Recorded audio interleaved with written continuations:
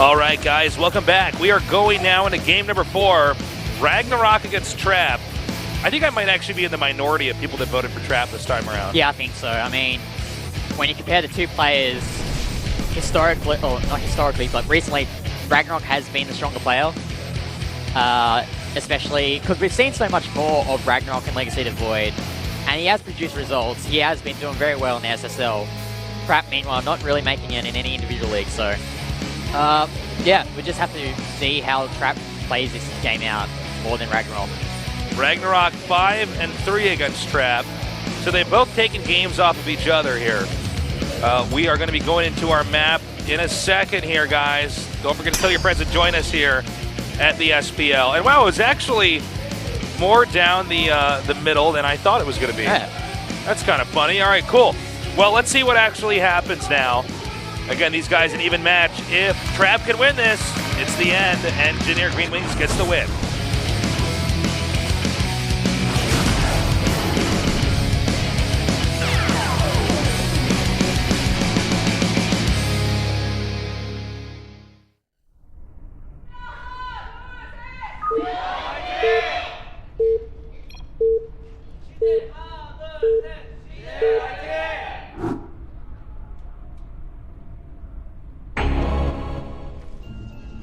In the bottom right, our Protoss player in the green. No, in the upper left, our Zerg player in the yellow is RagnaroK.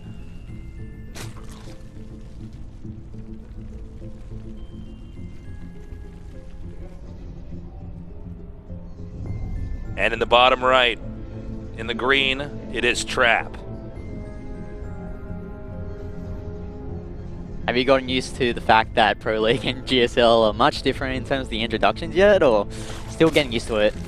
No, I pretty much got it, I think. Yeah. I think I got this down. I do love the GSL introductions, though, with that Zero tool. Yeah, that's pretty cool. It's pretty cool, That's pretty cool. I mean, Bunnies, I think Bunnies is the best. Bunny. Yeah. I like that. Yeah.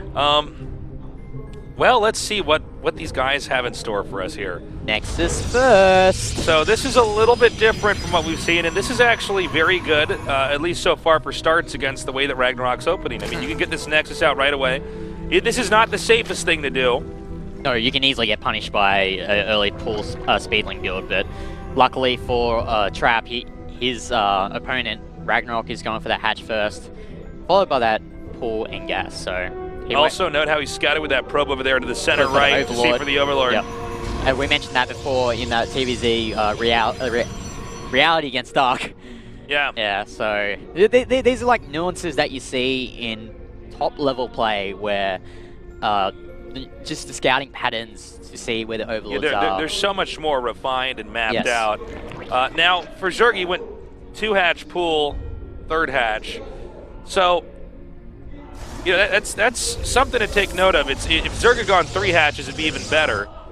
You know, 3 hatch before pull because you can get some more drones out there. But the follow-up to this is actually getting 2 gateways and a cybernetics core. So it looks like actually Trap wants to go for some kind of maybe adept play pushing out here, I would assume at least. Well, he is getting that early Zealot out, so that Zealot's only going to serve a purpose of blocking that choke point if Zerglings do come in and try and like do a run by, but at the moment it looks like RagnaroK is just content getting that speed out, getting those drones main-arted over to that expansion, and yet we see their death now. This is where I kind of get that whole feel of Trap is sort of like SOS Junior.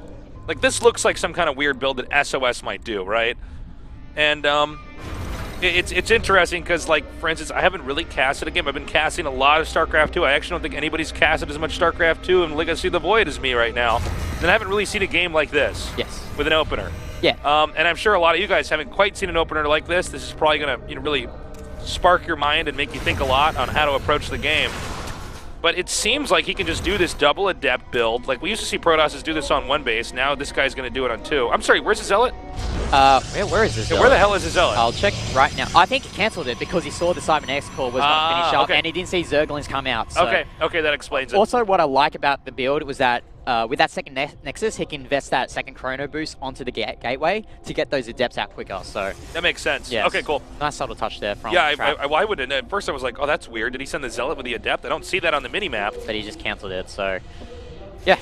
That's another subtle thing that we see from the top players here in Korea. Is that really refined builds with proper cancels and micro adjustments to their style of play so that they can come out with the most optimized approach here. So he peeks in, very standard to do with the double Adept opening. Although normally when we see PvZ, the double Adept opening was off one base. So the game's already changed a lot here.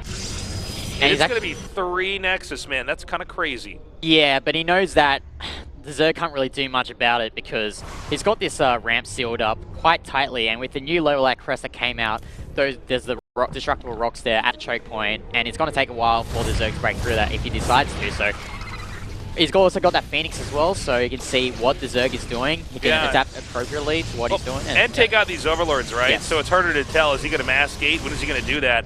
Now, it is one thing that we definitely have to note here is that the Overlord at the bottom center did spot the third base. So RagnaroK is at least aware of what Trap is doing.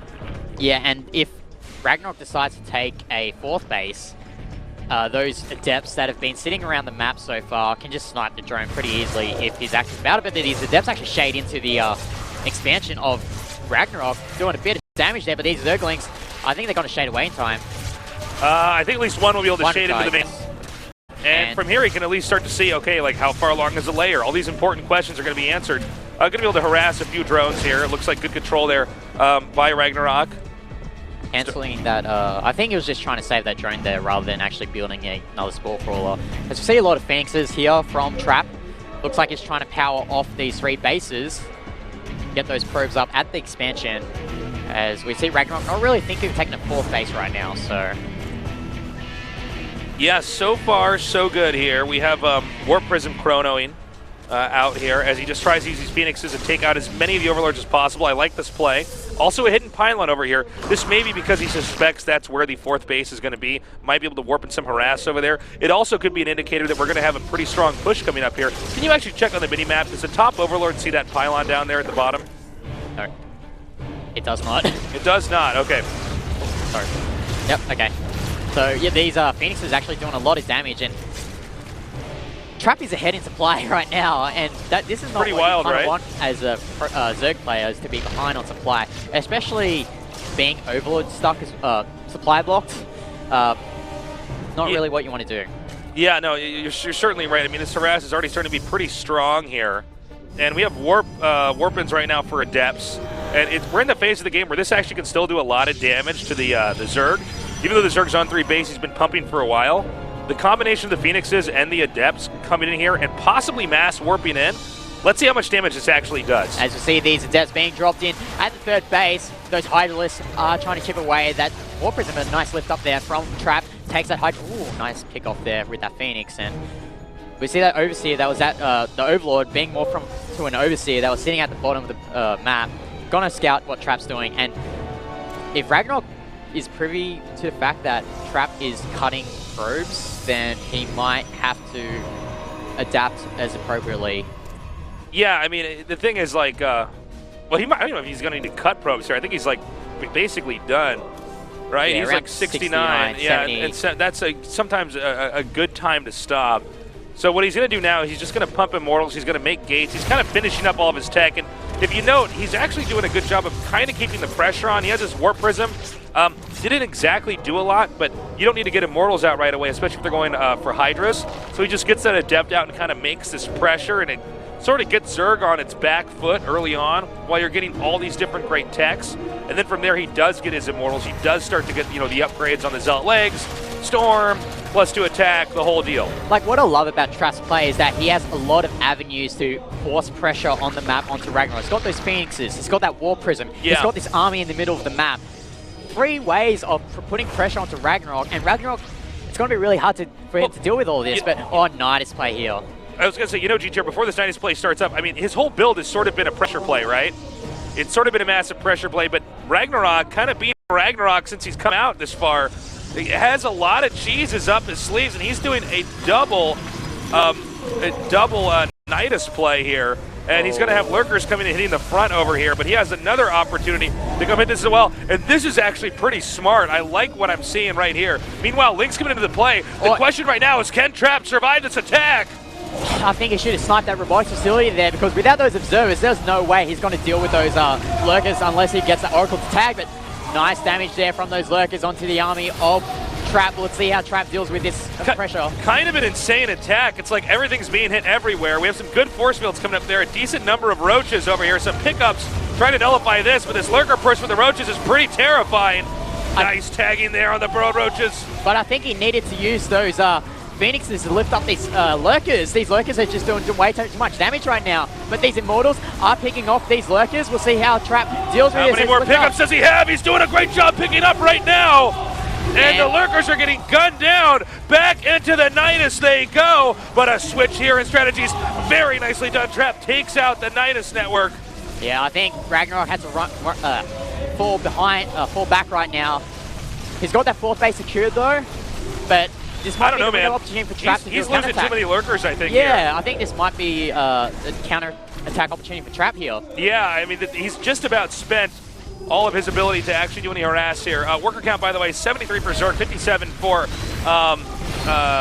Trap, excuse me. And, I mean, so granted, yeah, Trap did lose some workers there. However, I think the sophistication for army types definitely does go to Trap right now. I think he should actually go ahead and try to push across here as soon as he possibly can. For sure, like in that attack, I think what RagnaroK wanted to do was to finish the game off, but he lost so many Lurkers here in that attack, and he has none morphing right now, and he needs those Lurkers to help defend from any potential counterattacks. As we see this Warp Prism here, going to do a lot of damage because there's not really that many units out for RagnaroK here. Yeah, we see unloading over here in the main. Now this should be to just kind of pull the army back. Although interestingly enough, I actually don't see Trap really doing a counterattack. Yeah, he has the advantage right now, but it's not pushing. Yeah, he really does. He has a much stronger army, like an insanely stronger army. Especially you consider that Zerg has more workers right now, and Trap is still in the army lead. I guess he's just really apprehensive about counterattacks, but I mean, we have the option, we have the fortune of being omnipotent here and being able to see everything inside the game, so maybe that's more clear to us than it is for Trap. Trap now gathering up. He does have Templars, by the way. Yeah. This is going to be pretty scary. I think this fourth base is going to be under serious threat. Yeah, those Templars are going to be really useful for defending those Zerglings, and also any Lurkers that come out joining this army here at the middle. Is a nice tag there from Trap, knowing where those Lurkers are, seeing when those Lurkers will move out if he decides to go for this fourth base. So the supply here for RagnaroK, he started to catch up. Still doing a good job of just keeping everything marked and spotted. He's also going ahead and making a Nexus here in the center right. Oh, he might slump this off with these Zerglings. Let's see if he cancels it in time. Getting some nice surface area into that Nexus, and he forces to cancel there. Nice move there from RagnaroK, and just move back.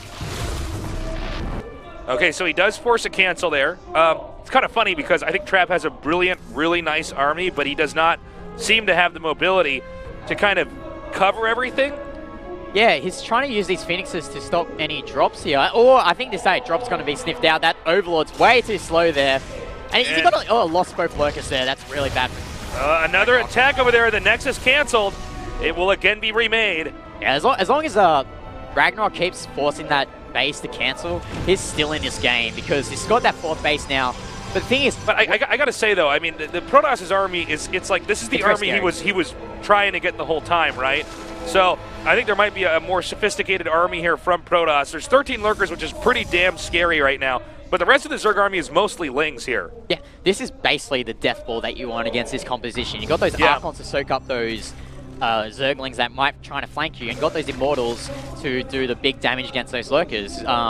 Besides Tempest and a nice run by here. Firing squad. Storm's actually zoning those Lings back. He might be just trying to sack these Zerglings, to be honest. See how much damage he can do. If he snipes that Templar Archives, no, he's just gonna auto-fire get the cannon. He's not gonna get much of anything, it looks like here. We'll and also, he did make him bounce off of him over there in the center right. Yeah. So we'll see what he reinvests that supply that he used up with those Zerglings on. I do like the 2 extra star ports here. He's getting Void Rays, actually. Quite an interesting tech choice. We rarely see Void Rays these days in Legacy of the Void. Yeah, I'm not sure how I feel about this. Let's see. Let's see as the game goes on. I'm excited to learn something if this is going to really teach me how to view this matchup differently. Protoss is still kind of shimmying around the map here. And he is actually going to try to get this base up and set up. And by the way, if he gets that base at the top right, he could actually push the top center like so easy. Yeah, because like that pylon is there to warp in as well. So now he's continuing to use these lings to try to fork out. But at this point in time, we're late enough in the game where Protoss kind of has defense everywhere. Oh, but he sees the Void Rays though. Actually, did he see pop? I'm not sure. He should have seen that. Yeah, he should have seen the animation, assuming that he was looking over there. But he's definitely going to see it right here. I mean, he's going to see 3 Stargates, and he's like, yeah, these are more Phoenixes or Tempests, but then he sees the Void Rays, and he can accommodate his build as appropriately once he sees those Void Rays. Okay, nice warp-ins over here for the Protoss. He needs to get rid of these lings. Zerg is going to make a beeline right up here. I don't see, where's the Protoss main army, actually? The main I don't see it moving on the map. Here. Okay, he's got to be more careful, I think, with that main army. Well, the thing is, those Lurkers are still sitting there at the 4th base. I think in this situation, RagnaroK needs to move that army and try to trap, no pun intended there, the army of Trap coming up here. But it looks like... you might be right. I think what actually Trap needs to do is just take out this base over here and then get nothing but cannons and Templars at that base in the upper right, and then try to start pushing in and taking, play the whack-a-mole game. Yeah, I think we're going to see a split map situation here, splitting the map between the left side of RagnaroK and the right side of Trap. And it's really interesting to see, especially in these cross spawns, that they're going to split the map vertically. Most of the time, we honestly see it quite go horizontally on this map. Yeah, it's kind of tough to actually get in a spot like this. That was a good storm. Yep. That was Storm of the Year, guys. You saw it right there. The best storm we've had in in Pro League by far. Going for the pylon. He can actually force field on top of this if he wants to. Okay, he needs to get mass cannons at that top right base. And then he needs to push down here at the bottom left. Yep. So that 5th base is completed for RagnaroK there. And it looks like Trap doesn't want any of this. He's going to try and make a beeline there, but actually goes for the upper ground. These Void Rays picking off these creep tumors, and you don't want to be... This is kind of a funny push here. Yeah, you don't want to be walking into those Lurkers, Trap. Well, I think he just wants to storm. I think he actually, with this many Immortals activating the shields here, yeah, this is actually exactly what he wants to do. He wants to come right in here. He's going to get right on top of those Brood Lords, losing a couple of these Templars here due to that splash damage. And he's like right there with those Void Rays on that. This is actually the craziest timing, man. Yeah, these really smart move. I mean, he really understood the tech. Damn. Like, I think if he waited too long for those Brood Lords to morph, there was no way he was going to break through. But he saw that window of opportunity. GG! Trap has done it. SOS Junior. We're in the SOS Daddy Pants today. Nice build there from Trap. I was really impressed with what he mapped that game out pretty much perfectly. He had a little bit of the wobbliness that Traps had in the mid game. Like, he had a big army, but he wasn't like in position a lot of the time. Granted, that's harder to do than it is to say, especially when most of your core army is Immortals. But he did a really good job there. And Jenner Greenwings, congratulations, a 3-1 victory here. Yeah, surprisingly, Hero taking that win, especially after that long delay. But this is what Jenner needed. They needed a win to get back into the top half of the rankings table. Yeah. Very important match for them there. CJ, just outclassed, man. Yeah. Now, RagnaroK, I gotta say, he's always had kind of a cheesy style, even in Legacy. I love the guy. I love casting his games. I want to see him succeed, but we saw it again here. It was a wonky double Nidus. And it's actually Lings in the second, Lurker Nidus push in the front, and Roach harass in the main. I think many players would have lost to that, but Trap was clearly equipped to handle that. RagnaroK was still in the game, honestly. If he just kept that defense quite fine and then expanded and secured his 5th base, but unfortunately for him, couldn't get that 5th base up and had no resources to counteract the It was kind of crazy to see that timing because you and I were talking about, going and taking out these different bases around the map, but then he just identified the moment that the Brood Lords were coming in there. Yeah, and he just came right in there, rained down the storms, had the Void Rays there to target the Broods. Really good game sense there. Congratulations there to the Junior Greenwings. Yep, so they're tied up 2-2 with Africa Freaks and Samsung Galaxy. Africa Freaks and Samsung Galaxy are ahead on point difference. And as we can see there, the penalty point for CJ might bite them in the bum. Yeah, unfortunately so. Well, guys, as you can see, as far as who's been the winningest, it will go to Innovation, Deer 4-1 after today. Yep. So all these players, great players. Really surprised to see Keen there ahead of Alive though. So yeah, isn't that funny? Yeah. Well, guys, thank you so much for joining us here today. This was a lot of fun. GTR, thank you for coming in, casting with me. Pleasure.